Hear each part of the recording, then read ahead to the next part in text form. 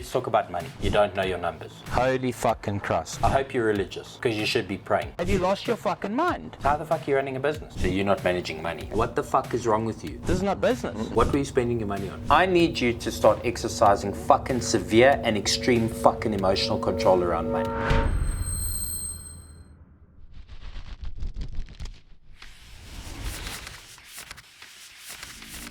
On this episode of The Hustle with Justin Harrison.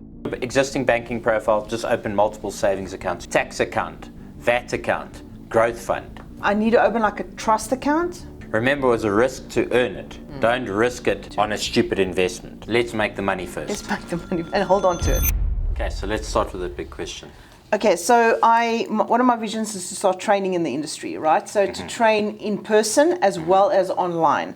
And then the online training is basically to cater for the international market. So which platform or software or digital tool can I use? Go high level.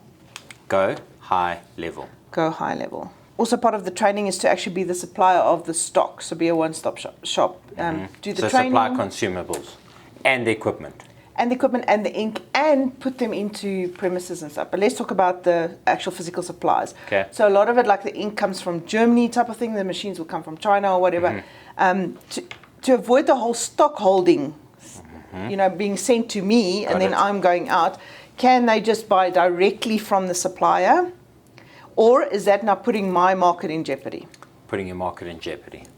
So you are going to have to hold stock. Okay. Which is why you need to be setting aside money in a growth fund to build up money in the business to expand and grow the business. Okay, so growth fund being something like a bank investment or a money savings market account. Or Start with a savings account. Linked to your... And 60% of all the profit you make every month, put in there. That's what we do as a business. You'll never have to raise finance or capital. A year down the line, if you've made $1 million for the year, 600 grand is sitting in there, waiting to grow the business. Okay, so that leads to another question I have. So with structuring the finances now, because I only have one business bank account, right? Everything flows through there and flows out of that bank account. Right. So structure would be to set up a growth fund. Yep. And then every month... And if you register for VAT at some point, a VAT account. Yeah, okay. And a tax account. And a tax which account. would be like something simple like a savings account linked 100%. to the bank. So in your existing banking profile, just open multiple savings accounts. Who do you bank with? FNB. Oh, it's so easy. Go, just say open savings, open like 4 different savings accounts and just rename them in the profile. Tax account, VAT account, growth fund. Okay.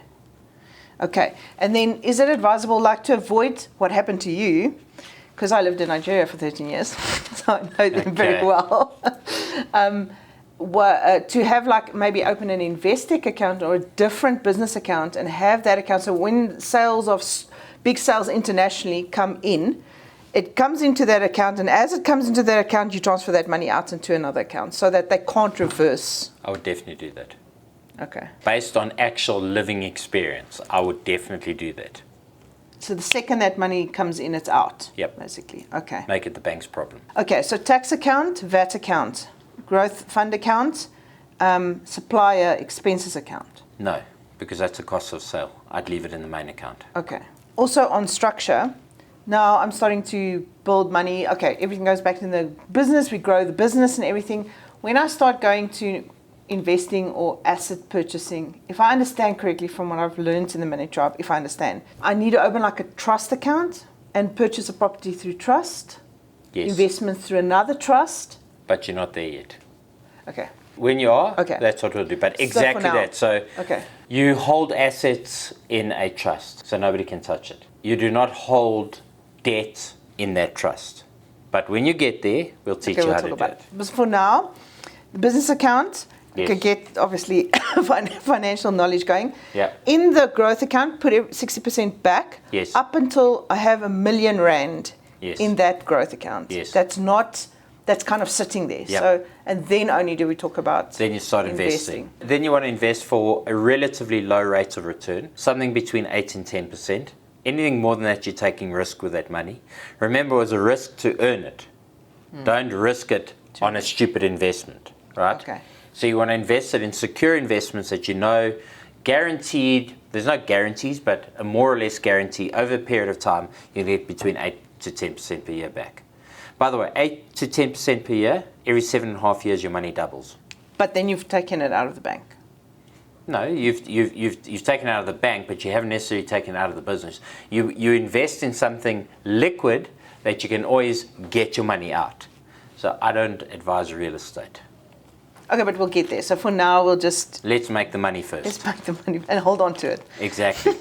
Then I have a question, because like you get like Discovery, for instance, if you get onto their certain platforms, they've got currency accounts. So you can get a pound account, dollar account. So when I'm doing training now and I'm receiving money from international training... Don't bring it here. Okay. Because are those accounts technically linked to South Africa? No, they are linked, but don't bring it here. Also now, part of the vision was to train up people, be the supplier, to help them set up their business, put them in an office, get them going, so that it's not their problems, not my problem, I'm still earning the money. But long-term vision would be to maybe, would you advise buy a property or get a property and then like this basically, this setup, Regis, and rent it out to, so what I've seen, there's a gap. So there's the surgeons, right? They're doing the surgery, now scarring is a problem. So now they have to come to me for scarring. Now they say to me, oh, but can you do my brows? Can you do my lips? Which I don't do. So now I send them to the PMU artist, but we're kind of all interconnected. So to have like a property like this and have a doctor renting a room, a camouflage artist renting a room. So it's the single greatest investment I've ever made is owning medical property, right? Because a doctor has to put in like 3 million rands worth of equipment to operate. X-ray machines, yada yada. That doctor pays his rent all the time because there's a lot of asset there. I am a big fan of owning medical real estate. Okay. Does that answer your question? Okay, great. But first you have to make the money. Yes, no, first you have to make the money. Okay. And also, so another thing was I was planning on to make sure I get good staff. Yeah. I'm training, right? Yeah. So I'm training people. I can see who's the top performers, who's the excellent, and then grabbing those people and starting businesses with them, affiliated to mine. Good idea. That's how I started my computer networking company. I went and took computer courses and sat in the classes and saw who was really bright and employed them. It's a great idea. Okay, excellent. Yeah, because I was thinking, I think that's it. Okay. Thank you. Justin is as real, as straightforward, what you see, what you get. And I really appreciate him. I appreciate him so much because he's honest. And you don't always want to hear what he has to say to you, but that's what's going to change your life. Money Tribe is the best thing I've ever done. What this man has invested into my life from his level is shocking because he doesn't have to. He's not asking me for anything. But yet he's investing so much time and effort and energy into me and my little business. Words can't explain. He's unbelievably real and genuine and selfless. The best decision was to join the Money Tribe. It is an investment that in the 4 or 5 months that I've been a part of the tribe has yielded so much return into my life, into my personal life, into my health, into everything that it's just the best decision. You have to join the Money Tribe. No man can succeed alone. You need good, informed and inspired people to make it in your respective callings. And I can't believe how I actually lived without Money Tribe. I learned through the Money Tribe that there's a big gap between the middle class and the wealthy. And the wealthy don't always share their secrets. And you as a middle class, you're living in a bubble, you think you're doing very well, but actually you know nothing about money. You don't know how to manage your money. You think you do, but you don't. So yeah, Money Tribe is there to open your eyes to see that actually there's a lot more to it.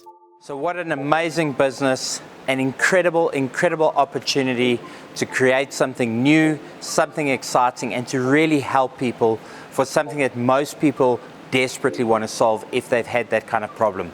So I think this is a winning business. I think it's going to go from strength to strength. And this is really just all about the entrepreneur. If she actions the advice that I've given her, she's going to be sitting on an absolute gold mine.